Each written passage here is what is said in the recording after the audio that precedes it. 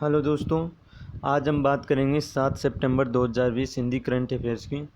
दोस्तों, आज का ये वीडियो आपके लिए बहुत ही महत्वपूर्ण बनने वाला है। दोस्तों, अगर आप हमारे चैनल पर नए आए हो तो चैनल को सब्सक्राइब कर दीजिए ताकि आगे आने वाला हर वीडियो का अपडेट आपको मिलता रहे।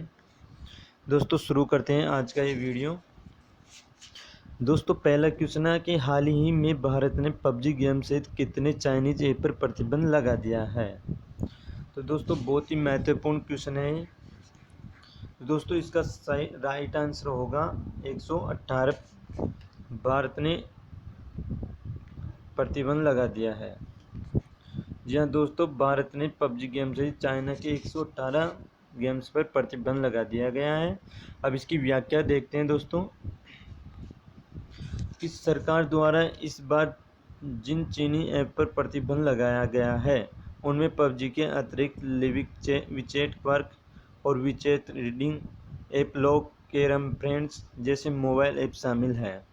भारत ने जून के आखिर में, दोस्तों ये बहुत ही महत्वपूर्ण है, भारत ने जून के आखिर में टिकटॉक हेलो से चीन के 59 मोबाइल ऐप पर प्रतिबंध लगाया था। उसके बाद में जुलाई के आखिर में 47 एंड 47 चीनी ऐप पर प्रतिबंध लगाया गया और इसी तरह अब तक चीन के 224 ऐप पर प्रतिबंध लगाया जा चुका है।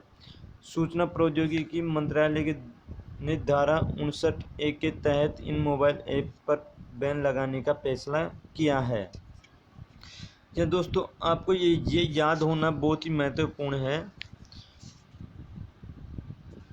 कि जो टोटल अब तक जो चाइनीज ऐप है उन पर टोटल कितने ऐप पर प्रतिबंध लगाया गया है। तो दोस्तों, ये बहुत ही महत्वपूर्ण है कि 224 ऐप पर प्रतिबंध लगाया गया है। और किसने लगाया है? तो सूचना प्रौद्योगिकी मंत्रालय ने। किस धारा के तहत? 69(a) धारा के तहत ये लगाया गया है। तो दोस्तों, ये क्वेश्चन आपके लिए बहुत ही महत्वपूर्ण है। आगे चलते हैं नेक्स्ट क्वेश्चन के लिए। केंद्र सरकार ने भारतीय विमानन कंपनियों को निम्न में से कितने प्रतिशत घरेलू उड़ानों के लिए मंजूरी प्रदान कर दी है। जी हाँ दोस्तों, लॉकडाउन की वजह से जो उड़ानें थी, विमान उड़ानें थी, वो बंद कर दी गई थी, लेकिन अभी कुछ घरेलू उड़ानें चालू की गई है। उनमें से कितना प्रतिशत चालू की गई है? तो दोस्तों, इसका राइट आंसर हो जाएगा बी, 60%। यह दोस्तों इसका राइट आंसर है 60%। अब इसकी व्याख्या की बात करते हैं। केंद्र सरकार ने भारतीय विमानन कंपनियों को 60% घरेलू उड़ानों के लिए मंजूरी प्रदान कर दी है। इसके पहले एयरलाइंस को नेटवर्क कैपेसिटी का सिर्फ 45% तक इस्तेमाल करने की मंजूरी दी थी। देश में 25 मार्च को लगाए गए लॉकडाउन के चलते विमानन सेवाओं पर रोक लग गई थी। बाद में 25 मई को घरेलू उड़ानों को 33% की क्षमता के साथ शुरू किया गया था। तो दोस्तों, ये आपको याद होना चाहिए कि अब कितनी प्रतिशत घरेलू उड़ानों को छूट दी है। तो ये इसका आंसर हो जाएगा 60% घरेलू उड़ानों के लिए मंजूरी कर दी गई है। बात करते हैं आज के नेक्स्ट क्वेश्चन की। तो दोस्तों, नेक्स्ट क्वेश्चन है कि हाल ही में किस देश की एक शीर्ष अदालत ने हिंदू विधवा महिलाओं को कृषि और गैर कृषि जमीनों पर अधिकार देने की घोषणा की है। दोस्तों, इसका राइट आंसर हो जाएगा बी। इसका राइट आंसर है बी, बांग्लादेश ने। बात करते हैं दोस्तों इसकी व्याख्या की। बांग्लादेश की एक शीर्ष अदालत ने एक महत्वपूर्ण फैसले में कहा है कि विधवा हिंदू महिलाएं अपने दिवंगत पति की कृषि भूमि और गैर कृषि भूमि की हकदार है। अदालत के इस फैसले के साथ ही उनका अपने पति की संपत्ति पर अधिकार का रास्ता साफ हो गया है। उन्हें अपने जीवन काल में उस संपत्ति को बेचने का भी अधिकार होगा। जी हाँ दोस्तों, ये भी बहुत ही महत्वपूर्ण क्वेश्चन है। बात करते हैं नेक्स्ट क्वेश्चन की। हाल ही में पाकिस्तान के प्रधानमंत्री के विशेष सलाहकार के पद से अपना इस्तीफा दे दिया है। हाल ही में किसने पाकिस्तान प्रधानमंत्री के विशेष सलाहकार के पद से अपना इस्तीफा दे दिया है? दोस्तों बहुत ही महत्वपूर्ण क्वेश्चन है। तो दोस्तों इसका राइट आंसर हो जाएगा ए, पूर्व लेफ्टिनेंट जनरल असीम बाजवा ने अपना इस्तीफा दे दिया है। बात करते हैं इस क्वेश्चन की व्याख्या की। तो पाकिस्तान के प्रधानमंत्री इमरान खान के विशेष सलाहकार के रूप में तैनात रिटायर्ड लेफ्टिनेंट जनरल असीम बाजवा ने इस्तीफा दे दिया है। असीम बाजवा पर भ्रष्टाचार का गंभीर आरोप लगाया गया है। हालांकि वह चीन पाकिस्तान इकोनॉमिक कॉरिडोर के अध्यक्ष पद पर बने रहेंगे। दोस्तों बात करते हैं आज के नेक्स्ट क्वेश्चन की। विश्व नारियल दिवस निम्न में से किस दिन मनाया जाता है? तो दोस्तों बहुत ही महत्वपूर्ण क्वेश्चन है। यह 2 सितंबर को मनाया जाता है। बात करते हैं इसकी व्याख्या की। विश्व नारियल दिवस प्रत्येक वर्ष 2 सितंबर को मनाया जाता है और नारियल दिवस के दिन नारियल से बनी विभिन्न वस्तुओं की प्रदर्शनियां लगाई जाती है। नारियल एक ऐसा फल है जिसके प्रत्येक भाग का हम तरह तरह से उपयोग करते हैं और नारियल दिवस नारियल की महत्ता को रेखांकित करता है। दोस्तों बात करते हैं आज के नेक्स्ट क्वेश्चन की।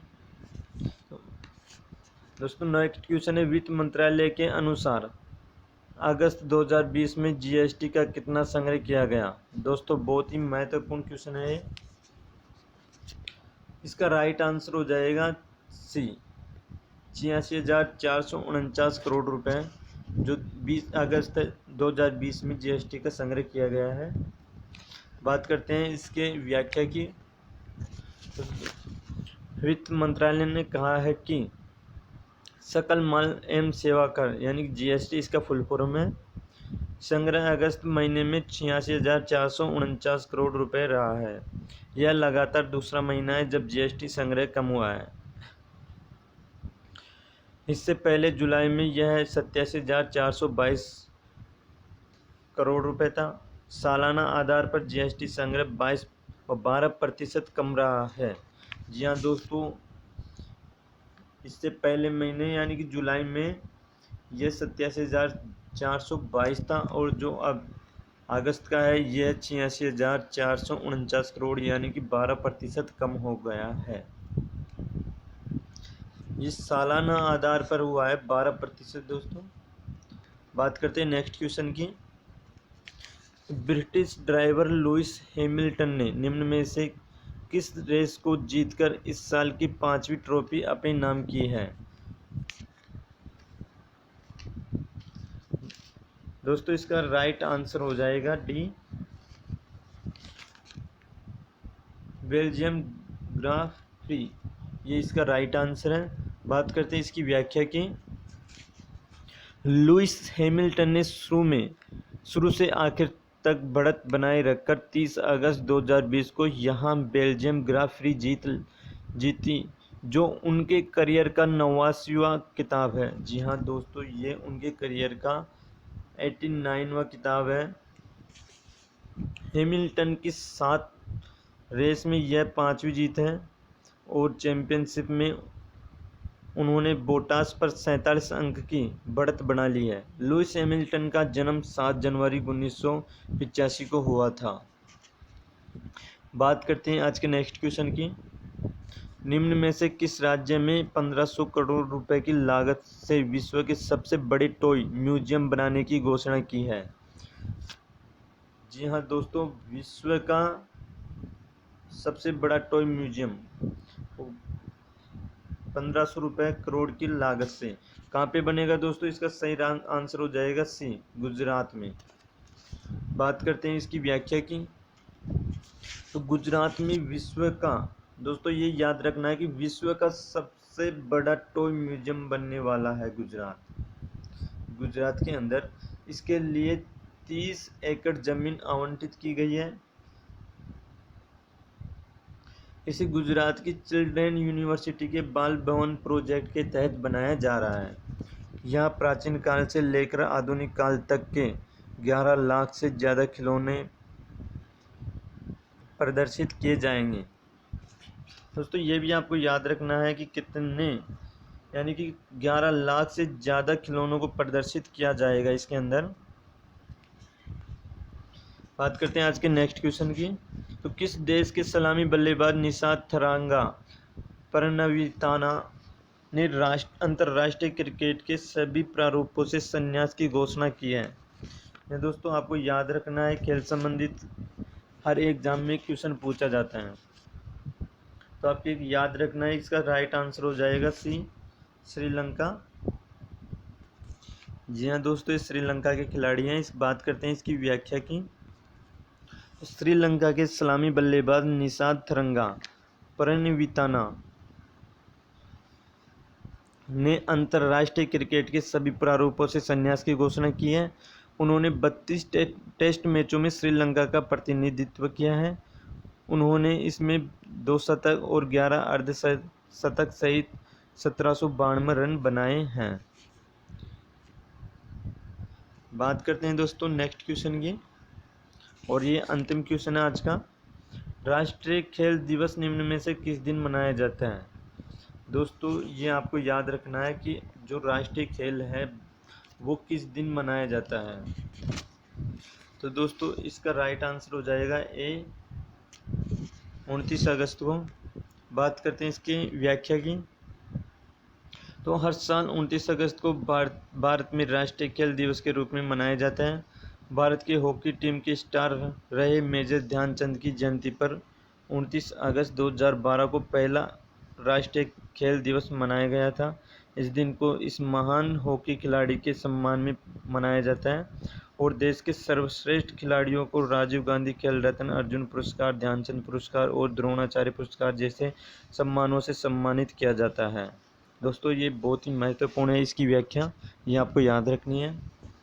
दोस्तों आप चैनल को सब्सक्राइब कीजिए, लाइक कीजिए और इसको शेयर कीजिए, ताकि सब्सक्राइब करने से आपको आगे हर वीडियो आपको मिलता रहेगा।